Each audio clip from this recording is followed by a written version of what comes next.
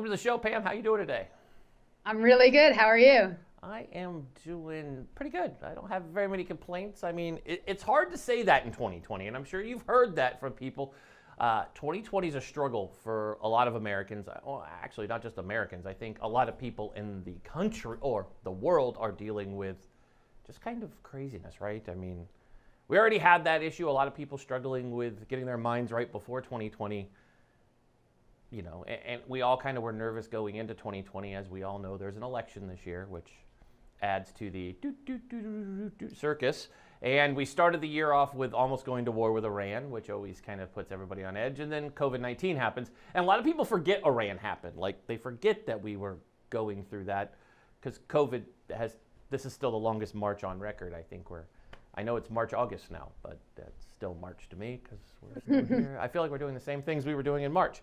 So let's talk about how did you get into basically breaking down mindsets, like understanding how to put people in a positive. It's a great thing to do, trust me, because people don't think about how their mind kind of controls everything, especially in the era of social media. So kind of tell us how you got into, kind of tell us a little bit about your background briefly. We don't want to people don't want to be over-scienced. You don't want a book? We don't want a book. No books. Cliff Notes You can version. read the book when it comes out. There you go.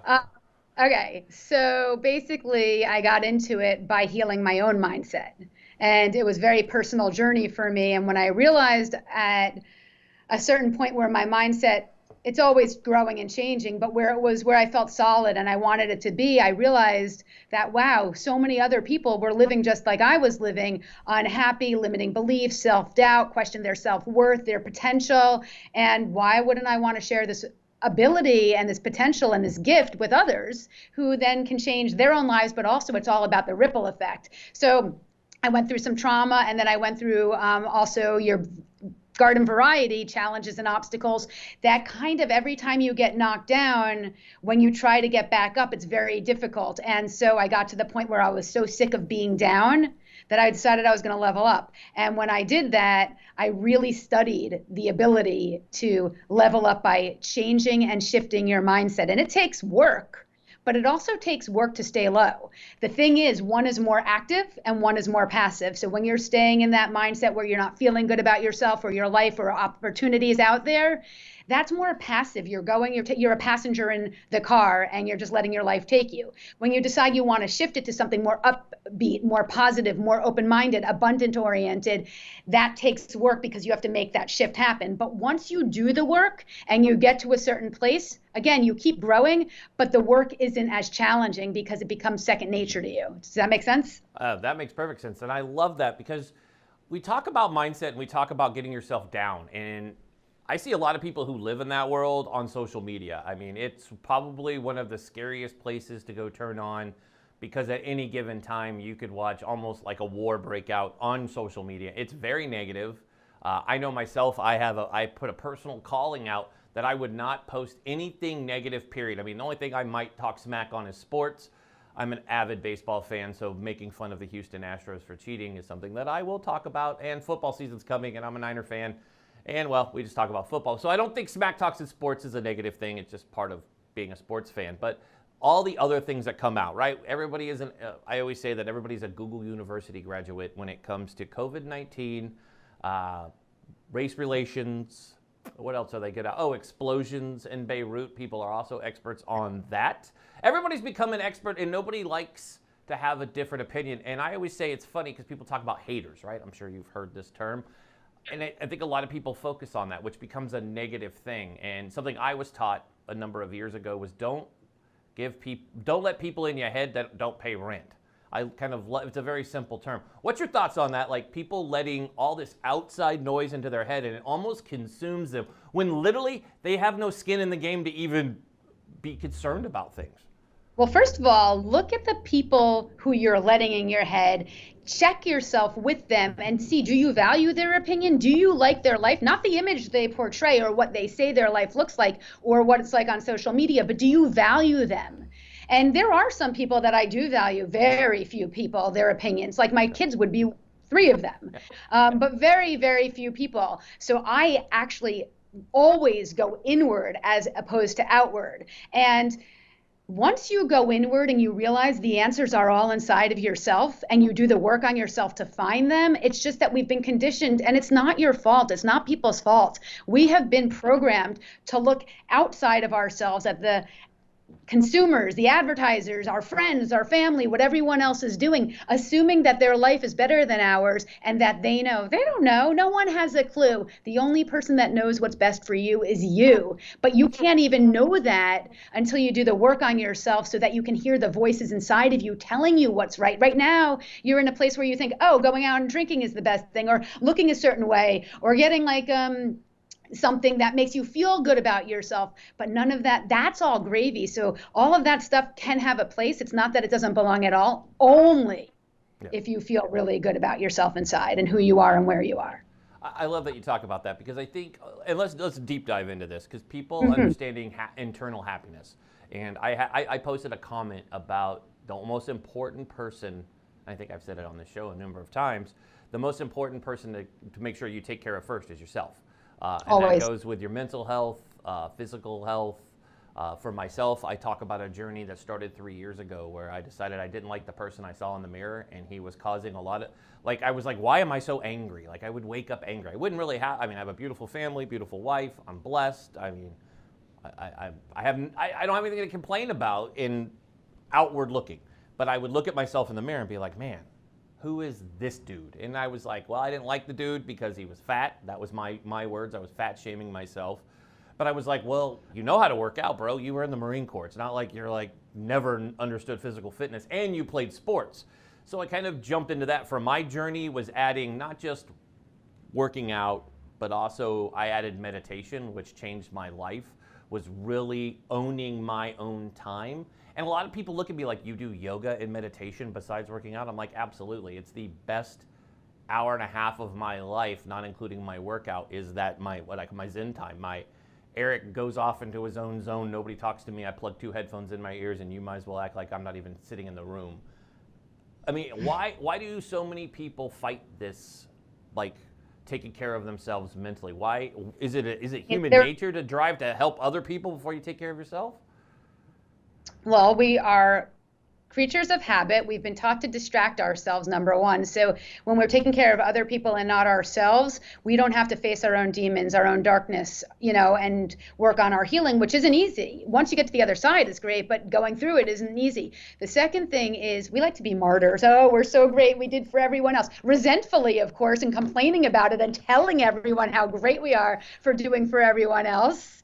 And that's sort of where we create an identity for ourselves. But when you really fully take care of yourself, and meditation is huge, and people don't even understand what meditation means. But when we take care of ourselves, we give ourselves the gift of being able to truly give to others without feeling resentful, without having to brag about it. I mean, the things that we can do for people and never even speak words of it are life-changing, but you can't do that until you're a complete, whole, loving person towards yourself. You have to be your own best friend.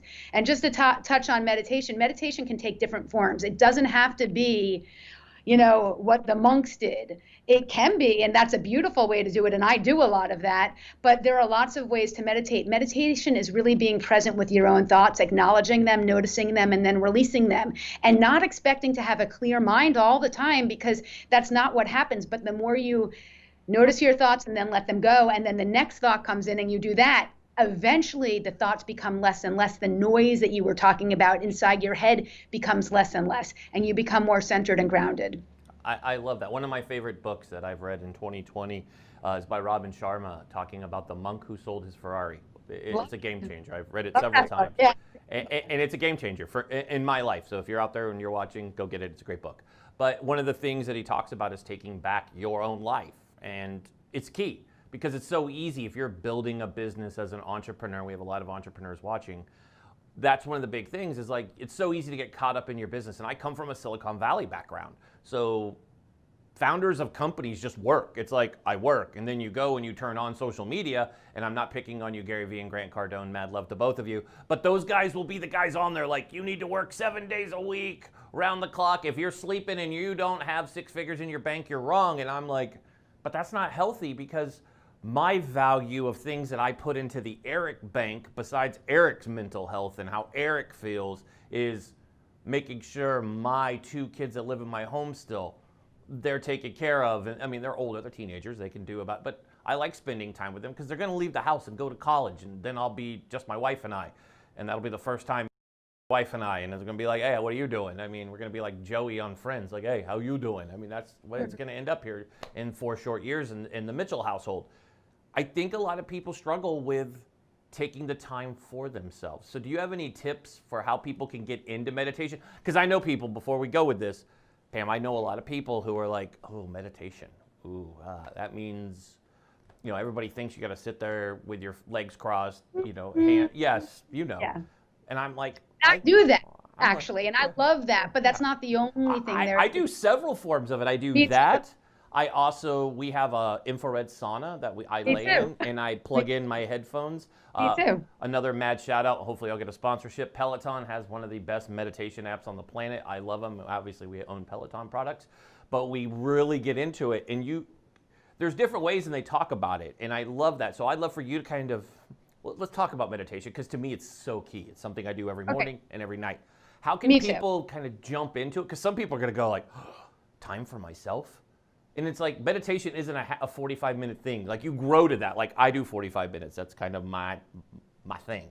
But 5 minutes, you could do a 5-minute meditation and you're cool. Like, you got to start somewhere. Kind of break that down. You could do a 1-minute meditation. I mean, I used to teach a class, and I would go in and we'd start with just 1 minute. The class wasn't on meditation, but I kind of wanted to get people present. And I would get everyone centered and do this 1 minute. And I'd be keeping my eyes open because I just wanted to get a feel for the room.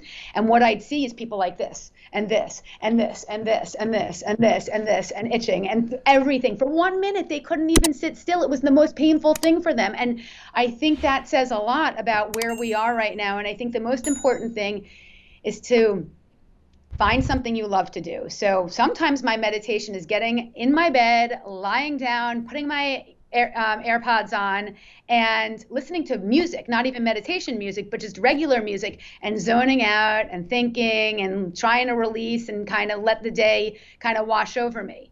You could also, there are so many great apps, but like if you just want to go on YouTube, there are certain kinds of brain waves that literally scientifically take your brain waves down or lift them up. They're alpha, beta, gamma, delta, theta waves, and you just look up which one you would resonate with you or what you're looking for. Joe Dispenza, Dr. Joe Dispenza, I'm sure you know who he is. Check him out on Instagram. He has some great meditations. Paul Santisi. But washing your dishes. Yeah. Instead of dreading washing your dishes, just say that's going to be my 10 minutes of meditation. Put your music on or don't put your music on, and be really present to the moment. Yeah. Take a walk. Take a walk with your music on, without your music on. It doesn't matter what you're doing. It's about giving yourself several minutes of time to yourself, not on the phone with someone else, not helping someone else, so your mind can kind of connect to you. And it doesn't matter. What I hear a lot from people when I'm doing lives on Instagram is, but there's so much noise in my mind, my thoughts, my thoughts, my thoughts. The only way to get through that noise is to let it come in. So I think people are always hearing what the end result for meditation is, which is the quiet mind. That's good. Let's say you're 20 years old or 30 years old. So you've had 20 years of noise. You think in 1 week you're going to get rid of 20 years of noise? I don't think so. So you need to give it a lot of time. But again, you don't have to give it a lot of time in the exact moment. It doesn't have to be 45 minutes. Do 5 minutes a day. I promise you, 2 weeks of 5 minutes a day, you'll feel the difference. You can't know it until you try it. And what we do is we do it for a day or two. And then it's not even that we give up. We living in awareness, and we go back to our old patterns. And then day 5, we remember, oh my God, I stopped meditating. I'm such a failure. No, just get back and do it again. And you start over right there. And then it's going to happen again. And you're going to forget, and you're going to forget for a few days. But it's like when you're on a diet, you then fall off the wagon and you binge. You don't need to binge. Or if you binge, the next day get back on it. You don't have to think you failed at everything. Just keep going. It's a journey. It's a process. It's not a destination. And I think a lot of people that goes with the mindset, right? I mean, 2020 is very difficult, and I know a lot of business people struggle with it. Obviously, 41 million Americans unemployed. A lot weighs on your mind. So, I mean, keeping a positive mindset was kind of, we're going to pivot from meditation because we could I could go down a rabbit hole talking about meditation for a long time, because to me, everyone out there, it's a game changer in my life. And to piggyback on last comments from my side, I actually set time in my calendar. That's what I do to make sure I'm guaranteed my time for it. I mean, it's great. My kids are older, like I said, so nobody really bugs me. It's like, you just. But even if your kids are young, sorry, Yeah, I mean, my kids were young, they would meditate with me. Yeah. So I would bring them in, and I mean, I think if you can start your kids on it young, and it's okay if they don't want to close their eyes, or okay if they get up and make some noise for a minute. Like, it's not about like it being perfect, but getting people used to the idea of meditating, getting accustomed to it. I think that's key. No, you're good. No, and I was also going to say the other thing that we did, which is interesting, my wife made fun of me, and now she's like, oh, it's kind of cool, is I changed all the lighting that we basically had around. So we use a lot of LED lighting, just because it's amazing how a color change, right? We're using, as I'm squinting at bright white lights shining in my face, you know what I'm talking about, because you have lights shining on you. But it's amazing how you change lighting to even incorporate when you're watching TV together as a family or reading. Having the light change to a different color, it just sets your brain. And it's funny how your brain works. Like, I never deep dove into my own skull a couple years to understand really what made me tick and go, wow.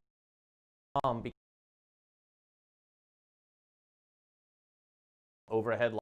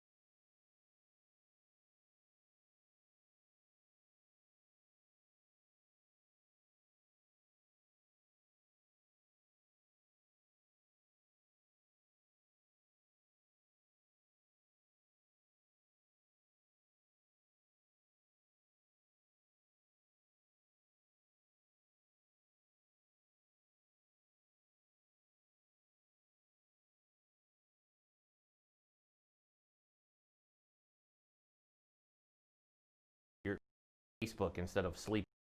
Can't.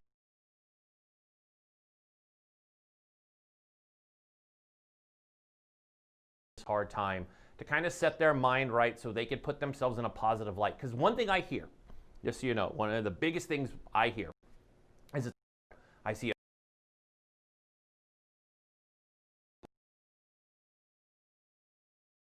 I see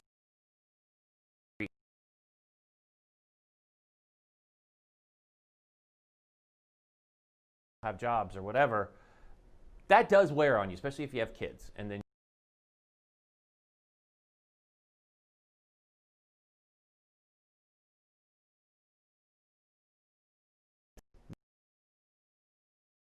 there's a great book called Two very good pieces of advice, though. Yeah, that's what I got for you. That's Eric advice. Again, not a doctor, but my advice. So what's your advice? I'll go to the expert for advice. Don't ever quote Eric on expert advice, but there are a few things I would say. First of all, before I say all those things, I do want to say this. So I'm going to come up with these things and be like, oh, do this, do that, and all upbeat and everything. But that doesn't mean that I don't understand how difficult it is. And maybe I haven't been in the situation you're in during COVID, but I've been in dark places, and I can promise you that. And so I think, first of all, it is hard to see other people spending money, but having a former career, very successful career in real estate, I know most people are house poor. So just because they're spending the money doesn't mean they have it, and you're being smarter by not and doing what you need to do until you get back on your feet. That's number one. Just want to give you credit for that. Yeah. Two, I think it's really important to create a routine for yourself. This is a very not solid, I'm trying to think of the word, but time. It's very watery. It's very uncomfortable, and we don't have anything to grab onto. When you have a ritual or routines to work within, you create structure for yourself. Right now, what's your morning looking like? What time are you getting up? I don't care what time you get up. It could be 10 a.m.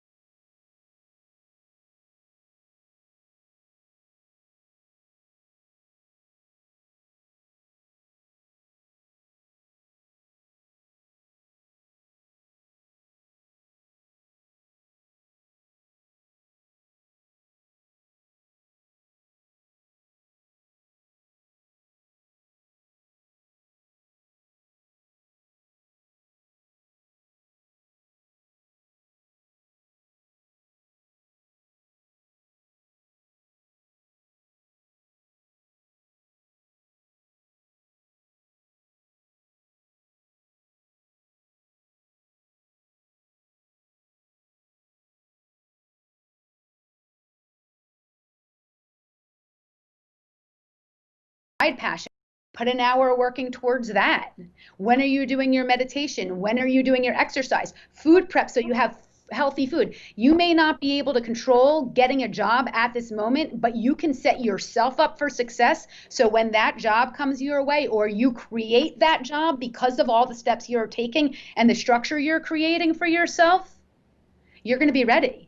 You're not going to be like, oh, I just ate bonbons and drank milkshakes and watched Netflix for the past 6 months during the pandemic. You will have been taking steps to get yourself in an even better place than you currently are, because the only thing we can control is ourselves. You have total control over how you feel about things, how you act towards things, how you move forward, regardless of what's going on outside of you. So take that control and create a routine or a ritual for yourself. I love that answer, because that's good, because you need to do that. So many people, you know, how many people have come up to me and they kind of cringe at my wife, and they're like, have you watched all these shows? And we're like, I'm like, the only thing we really watch, to be brutally honest, and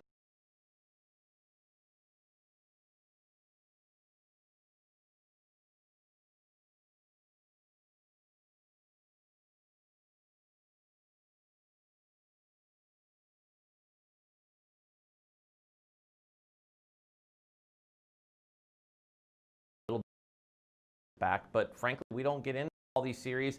And I did watch the Golden State Killer, which had Michelle McNamara, and told her, talk about a mindset, right? She wrapped her brain around trying to find this killer. It actually cost her life because she became so obsessed with it. So it was interesting prepping to interview you, at watching it at the same time, and hearing folks who are like talking about a mindset, because here is a beautiful woman who had a very great life, and she became obsessed with this Golden State Killer, and it just took over everything. And she went from this person who was, they have all of her text messages and they're showing it, and it's crazy when you think about it, how people get that way. And then I was going, wow, there's a lot of people, period, that are that way. Crap, about the election. I mean, there are people who are obsessed, and I'm like the one on social going, y'all know this isn't like a sport or like a celebrity. It's just the president. Like, we change him every 4 to 8 years around here. It's like you're investing a lot in somebody who's not going to invest back in you. It's how I feel about worshiping athletes. I mean, yeah, we work with them, but I'm not going to lose sleep over. I mean, now that I'm around them, I'm like, hey, you're just a human. You're just another guy who puts on his pants the same way I do. Yeah, you probably have a couple more zeros in your bank account, but you're still human. You still deal with it. So I think that's another thing. A lot of people don't realize that. They look at all these people and idolize these people and understand they all have mental diseases or mental disorders. One of the big ones, especially in the NBA and local to where I'm at here in Portland, is Kevin Love. Kevin Love has come forward and talked about his bipolar disorder. And why we're going to speak about bipolar, how about the one that is the biggest name, Kanye West? There's a guy who's publicly melting down, and people are like, why aren't you coming out and attacking him? I'm like, I feel awful for him, because he can't control it. I mean, it's hard. When you have a disorder and you don't know how to function, people will rather ridicule than help you. And you almost feel sorry for them. I also think it's important to note all those people that you admire. not you, but like that you're talking about, that everyone admires and wonders how they get to be where they are, they were once you. Yeah. They were once each of us. And those just people decided to get their mindset in a certain place and to go for it and to ignore the challenges and just keep pushing forward. But they're no different than me or Eric or anyone else that's watching this. It's just they made a decision to do something different than we do or you do. And I also, if you don't mind me saying, to Eric's point about Netflix and just watching all the time, definitely. But you also have to take care of yourself. And at night, you want to watch 1 hour of Netflix or a little bit of Netflix, or you need a day to decompress and watch it. That's cool. Just don't live there. Yeah. I like that. And one of the challenges I did, Pam, and it's my favorite, and I challenge everybody, is I go, what books are you reading? I'm an avid reader, and I always tell people that. And it's funny how people are like, I put out a survey actually on Facebook, and it was put in order of what you do. And it was books, movies, podcasts, and music. And mine was books, music, podcasts, and kind of movies together, because I'd rather read and listen to. I'm an avid. I mean, I love Spotify. I actually converted over recently. So, completely side note, converted back over to Spotify. Original user with them. I just love their library, and it's amazing because you can get some podcasts on there too at the same time. Yeah. But I was amazed by the number of people who put movies first. Like, it blew my mind because I'm like, wow, I love reading. Like, I can't stop. I mean, we have Kindle Unlimited. I mean, we have an Amazon bookstore and a Barnes & Noble. I will buy a book every time we go buy it. My kids will too. I mean, we went on vacation recently. I read 5 books in 2 weeks. I mean, I just love reading. And I'm amazed by people that still haven't found it. Like, oh, I don't like reading. And I'm like, but sitting in front of a TV, what is that? I just don't see the benefit behind it. So what's your thoughts on that? I mean, how do you encourage people to kind of change those habits? I know it's just you have to continue. It's repetition, right? I mean, I think it is, but I also think it's finding the right book. Everybody connects with a different author. Everyone connects with a different style. And when you find a book that you don't like, it's really hard to think that there actually is a book that will resonate with you out there. But when you find a book that does resonate with you, it's like, oh my God, how have I not been reading all this time? Yeah. So it's really, you got to just keep on going till you find the right author and the kind of book that speaks to you. Like, someone might like Anthony Robbins while someone else might like spiritual, like Gary Zukov or Eckhart Tolle. They're both awesome, but very different audience. Yeah. And I tell people that all the time because I've shown my books, and when I'm interviewed from my other desk for TV, it shows a lot of my books, and off air I've heard producers go, can you read those books that are in order? And I'm like, and I can see them from where I'm at, and I'm like, oh yeah, because you could see right next to, the great Timothy Ferriss book, 4 Hour Work Week, is the Beastie Boys book. I'm a diehard. I love that. And then you have Everyone Writes by Anne Hadley, who I love. Then there's the Mamba book and Terminal Lance, and then there's a Frederick Douglass book. I love to educate myself, so I go grab all these big books.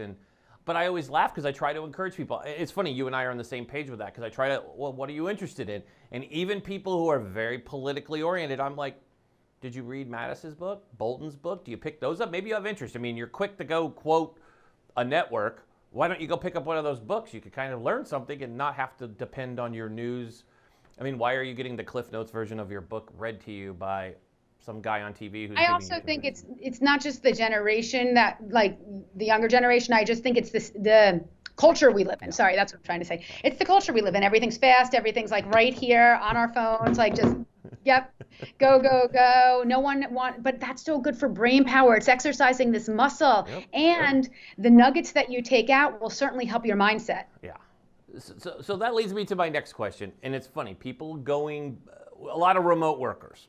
So let's talk about the folks who are at home. And this is a question and a conversation I've had over and over again. Now, I've been a remote worker for better part of over a decade now, from working in the Silicon Valley to every job I've had since, even consulting and now owning an agency for the past 5 years. We work remote. Our staff is always remote. When we get together, we use a WeWork. And now we don't even do that, thanks to COVID. Thank you, COVID. You're saving me money. Thank you, COVID. In a bad way, you're saving me money. But a lot of people have figured out that you no longer this 8-hour work week, right? A lot of bosses are seeing this 8-hour day doesn't really exist because people have been able to take over their time, right? Like time management. I know I can get up at 5:30 in the morning and I can crank out 4 hours of work, and that's most of my day. And I could be done working technically by 10 a.m. I can have everything done. I can monitor anything that comes in, but I still have my life. I can go to lunch. I can go work out. I can go hiking. Because again, like you said, these devices that are better than, which is scary. Did you know, actual fact, that these iPhones contain more computer power than those gigantic computers that took up the whole room that put Neil Armstrong on the moon? That's crazy and Right? scary. Right? When you think about it, like the power in our hands used to put a rocket, put men on the moon. And I'm like, okay, that scares me. That there's a lot of power in there. But I mean, so what do you think about this mentality? I think a lot of bosses, a lot of big companies are going to struggle, and I see the struggle. I see people like fighting this mentality. Well, you need to do an 8-hour day, and that was already, because remember a few years ago, Timothy Ferriss was attacked for his 4-hour work week book. I started practicing it, and it changed again. Our business blew up because we were focused on what mattered and not waiting around a water cooler or talking about what we saw on TV that night or whatever I used to do I worked in the Silicon Valley, so we goofed off. We had video games, so honestly, I would go to work some days and feel like Jim from The Office, work about 3 hours, and then play video games with my vice president. I figured I couldn't get in trouble if I was playing with him. I mean, you're safe when you're playing with the boss. Like, we're cool, right, man? We're good. Oh, you want a sandwich? I'll go get it for you, as long as I don't have to work and I get to play video games. I'm totally down. And I get a paycheck? Let's go. But, I mean, what do you say to those folks that, let's kind of talk about the management type and above. Some people are struggling. They're managers, and they're like, I want my people to work, but they're getting work done in 4 hours. Is this going to be a change? Do you see this being a change in the workforce? I think so. I feel like we are in a transition right now. I'm not going to argue what's going on with COVID. Everyone has their own opinions and feels very strongly one way or the other. And the truth is, none of us know. We really don't know. But what I do feel pretty certain about is our world is changing and we are going in a new direction. And I don't know what that direction is going to end up being, but I think we're seeing little glimpses. And this goes back to being aware and tapping in and tuning in and not just going with the flow. If you look outside of yourself, not externally, but like take the bigger picture and see what's going on, the workforce is changing. It's in transition right now where it's happening. We're in this world. People are so devastated being in it, but it's also a very cool time to be alive and see what's happening. And I do think there's going to be a lot more working from home. And I think that's going to be great for certain people like me. I've always worked from home, probably like you, because you figured out your way with it too. But a lot of people like company. A lot of people like the water cooler talk. I'm an introvert. There are tons of extroverts out there. And I do worry about them and them creating a community for themselves that's different than the community that they had at work, but they could still have a community. It's just learning how to change and adjust and go with the flow a little bit. So yes, I definitely think we're headed in a new direction in a new world. Yeah. And I think right now, sorry, one more thing. I think right now it feels really scary and challenging, but when we get to the other side of it, it's actually going to be better than ever. Absolutely, I agree with you. And I mean, and I'm an extrovert, so I like being around people. Obviously, I work in media, so it's like our favorite thing in the world is to talk around people. And it was a struggle, but I guess I'm blessed. I mean, I do have 3 other human beings that live in my home, so I always have people to talk to, and I do still travel. I mean, I do, but everybody I associate with, we still travel, and I don't have a problem FaceTiming with people. It still maintains I'm still connecting with people. I'm still chatting. I do this show 5 days a week. It's wonderful. So I get to talk to people. I think a lot of people are going to struggle, and I actually think it's some of these older souls. But hear me out on this crazy thought I had with one of our Gen Z guests just last week. We were talking about how this is the first time everybody's basically in the same boat when it comes to the workforce. We were talking about this unemployment, now people coming into the remote workforce. And now Gen Z is included in this. You've got Gen Z through, what am I? I'm Gen X. Yeah. Yeah, me too. Yeah, I'm Gen X. I love saying that. I have to remember what generation I am now. It was like, I didn't even know what the hell we were before. Now we have everything's defined by a generation. We didn't get a cool name like baby boomer or millennial. We got Gen X. Like, oh, that's what we came up. That's the best thing we came up with in the late 80s and 90s is we'll be Gen X. How come they get the cool name? We get the crappy name. And Gen Z, they kind of got screwed too. Like, who's after them? I don't even know what they're called. I mean, I don't have any kids that age, so I guess I don't care. But, I look at it and everybody's in the same boat right now, trying to compete for the work, go do the jobs. And you're right, you hit the nail on the head talking about becoming a creative and creating your business. If you can't go find a job, a lot of people are creating businesses. More businesses have been done. And in fact, not just businesses created, but these at-home businesses, these direct sales businesses are killing it. I mean, and even home fitness. I've said this over and over again. November 2019, the #1 story on any business channel that you turned in, Peloton makes a crucial mistake. Who's going to buy a Peloton? They put this, they just totally whatever. And I was like, that commercial was great. I mean, I'm a Peloton rider and I love their instructors and they're probably the most motivating human beings I get to be around every day. Peloton's winning that race. And then we saw Lululemon snatch up Mirror. I mean, you're seeing all these brands and I'm telling people, you've got to go create space and go do those jobs that you used to be like, well, I'm not going to do that direct selling. Go do it because people are making real money, because people are buying things at home, because if they could get it, they're going to support it and they're going to do it. I have 2 teenagers that open like 3 online businesses like that. Right? Yeah. It's a great crazy time for that stuff. And if you're home and you're lonely and you're feeling kind of down, immerse yourself in something like that. Learn it. It'll give you something to do and it'll give you purpose. Yep. And they're all very good at team building. And that's what I've been telling people, because I've had people come to me and they're very down. And, you know, my wife is the CEO of our company, which is great. But I mean, she started her own business because she got bored doing ours because we have so many people doing it. She's like, hey, do you mind? Because we're the founders of the company. So obviously we've been in business for a while. So she's like, I got people on the team that could go handle half my stuff. I want to go do this. And I'm like, go, whatever makes you feel good, because she likes being around people. And I hear them. They're on these Zoom calls. They're laughing. They do these wine Totally. things. Happy hours. Yeah, it's. Yeah, exactly. I mean, I don't understand what they're talking about. Usually, it just sounds. I feel like Al Bundy sometimes, like on Married with Children, where it's just like, you know, I'm like, God, they're just in there hating on men. It sounds like, and I just kid. I'm like, hey, no bashing on those. There's 2 of us in this house, and we don't want to hear it. Yeah. I'm like, I can't get on a call and say what I want to say, but I just think a lot of people need to fix their mindsets, and I think that's why I wanted you on, is kind of give folks like, #1, you're not alone. Don't think like I'm the only one who's, you know, Debbie Downer, as my 16-year-old likes to say. Oh, Debbie, don't be a Debbie Downer. No, most people are like in that space. But it's not so much about fixing the mindset.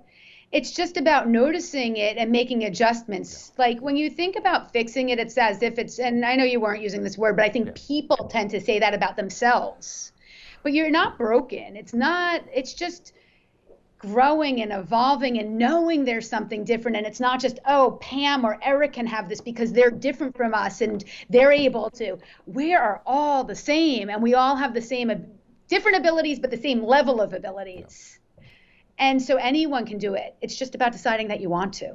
So one of my last questions for you is this, and I've lived this, and now I'm on the other side. And I hear it now more than ever. And I had to chuckle because we have, from our first marriages, we both have 23-year-olds. So we hear their griping, because, you know, the life of a 23-year-old is, it's hilarious now, because I'm like, man, I've been there, done that. When I was 23, I was in the military. You want to talk about your life sucking? Go join mine. We had short hair and got yelled at every day. Willingly. We got paid to get yelled at. Yeah, I mean, you chose it. Yeah, I could even eat McDonald's every day, and I still had a perfect figure. It was wonderful. The Marine Corps made sure of it. It's like, McDonald's, you're good, bro. We'll just go for a 5-mile run. You're cool. Thank you. It's Marine Corps. But my point is this. A lot of people have this issue when they see other people. They get this FOMO thing, right? Fear of missing out, or they want what the next guy has. They see the people traveling. They get it in their head like, I want to be this person. And I used to be that guy. I used to be like, man, that person cheated to get there, or they got lucky to get there. This is crap. This is supposed to be a pandemic. They're not supposed to be successful. It's not supposed to be the life that these folks are living. How is Eric, and I'm picking on myself here, how is Eric able to have a team of people do the work where he talks about being a coach instead of a quarterback? And I try to explain it, and maybe you can help me on this. I explain it. I worked my you-know-what off to get to where I'm at, and I had to be the quarterback, wide receiver, blocking, running back. I had to do all the jobs, and I got to the point through lots of hard work, but I also freed up space in my head because I did waste a lot of time and losing sleep. How did that guy get it, and I don't have it? Why does he have the nice car, and I'm driving the beat-up Honda Accord? So what advice do you have and a lot of people have it, because I hear it. I hear the kids, it sucks being 20. I gotta, my paycheck, taxes and insurance and gas and, living paycheck to paycheck. I'm like, dude, welcome to your 20s. I don't know what to tell you. Shit, most of your 30s, you could live that same way. I don't know. That's just how it is. And then you kind of cross into your 40s and you learn from your mistakes.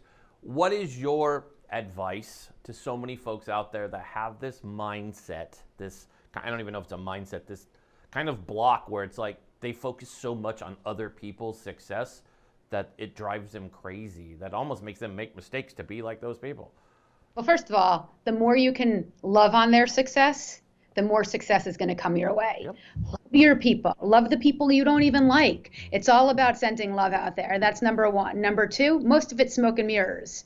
If people looked at my life now or even 15 years ago and I don't know, it wasn't 15 years ago, but there was a point where I was in the middle of a divorce, 3 kids, single mom. People still thought my life was perfect. Thought I had everything. It's smoke and mirrors. I may have had one thing that you wanted, but 5 things you wouldn't have wanted. And you may be surprised to know that I was looking at you and the one thing that I wanted you had, but you weren't focused on that. You were focused on the 4 things you didn't have. And so you can always compare yourself to someone else and find something that you want that you don't have. It's like we compare don't compare your insides to someone else's outsides. As long as you are a good person inside, stay focused on yourself, stay in your own lane, and use the stuff that you see that you think they have as motivation to get it for yourself. Yeah.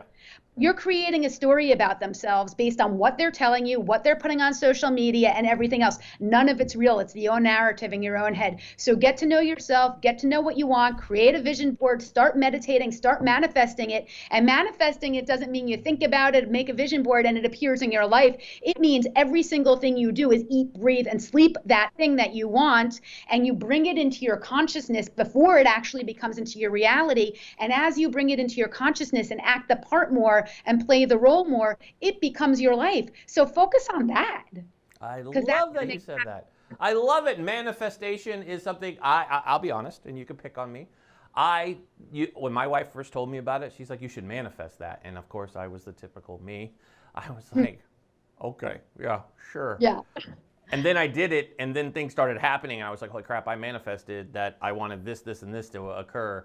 And I started getting positive thinking all the time. And now it's become something like this show, as a bragging right to the show, as many of our listeners know. In 120 days, we went from a YouTube channel to we've been picked up by a major network. Mind-blowing, because my mindset was, this is kind of what I wanted to do. And it was all based off of John Krasinski's little YouTube show that he created. We launched about the same time as him. And I watched him and I didn't have a negative thought about it, but 3 weeks after we launched, John's show got picked up by CBS for a lot of money. Ours did not get picked up for the CBS money. I wish we did, because then I would have. But that's all right. It got picked up. But it got picked up. But I was very positive, and I kind of chuckled, going, "That's a different Eric," because before I would have been like, that sucks." Instead, I was like, "That's awesome. That gives me hope that if his show got picked up, and we're kind of doing the same thing, but more focused on entrepreneurs and veterans and just awesome people like yourself, we can make a difference." And it did. And that's where I believe this manifestation, and people need to go do that and learn more about that. So that leads me to our final thing. How do folks learn more about it? Obviously, you're the person to talk to about it. So this is the shameless self-plugging portion of the show. Okay. So please plug away. But how do folks learn more about what we've talked about today? Meditation, manifestation, all the M's. We'll run down those words, but kind of tell folks how they can get a hold of you and where they can learn more. Okay, well, so first, I have a book coming out. I'm not sure if it's going to be late fall, early spring. It's called Hope You're Having a Great Day. I know I am. Check it out. It gives a lot of tips and tools to create your own reality and have the best life that you could possibly have. I am on a mission here to inspire and motivate others to live their very best lives. I'm not attached to it being from me or someone else, so I'm going to give you some other areas to go to. But check me out on Instagram, @Pam Christian with 2 N's at the end. thepamchristiangroup.com, and you can, Facebook, LinkedIn, but Instagram and my website are the best 2 places. And then I would say go Google mindset and books. Carol Dweck is awesome. She talks about fixed mindset versus growth mindset. It's really finding people, leaders, influencers that have the mindset that you want, and then getting to know them and what they do to encourage that and to keep that going for themselves. Podcasts are great. I have one where I interview people who talk about their journeys, how they came from very dark places, and they're well-known people, and how they got to the success they got, like David Meltzer, for example. And that is, or Jay Sean, the singer who used to sing Down, love him. And that's my podcast, The Juice. But other people's podcasts, every day, just go on YouTube and type in morning motivation and listen to a 2-minute video. Just do things that are going to change the tone in your mind. But it can be quick 1 minute, 2-minute things. It's everywhere. It's about changing your lens and deciding you want it. It's not about where to go find it. It's about deciding you want it. And once you decide you want it, you're going to find it. And of course, love it. Eric's show. I mean, this is amazing. So check him out all the time. Oh, thank you. I appreciate that plug. I was gonna say what a trick that I have. Obviously, I'm gonna add your podcast to one of my daily listens. Thanks. But my big thing is I still do this at least once a week. I put on my favorite TED Talk of all time, Simon Sinek. Simon Sinek is probably one of the most inspirational humans when he talks about your why. It's not just because what his why is, but it just drives your brain to go, okay, what's my why? Why do I exist today? And truly thinking of the person to your left and your right as the most important person, because we all, like Sebastian Junger says, we're all in a tribe, and you got to find the people in your tribe that belong to you. And if they don't fit in your circle, and if they're not cheering for you when you need cheers, and they're not lifting you up when you need to be lifted up, that's not your tribe, and you need to keep moving on and keep a positive mindset, and don't worry about toxic people. Toxic people can go hang out with toxic people. And don't worry about being alone for a little while you release the toxic people, because it's going to take some time for you to find the new tribe that he's talking about. Oh, I love it. Well, Pam, I want to thank you for joining us today. It's been great. This was a great conversation. Hopefully our audience is out there, they will all be able to connect with you. Everybody watching To The Point, we will be right back.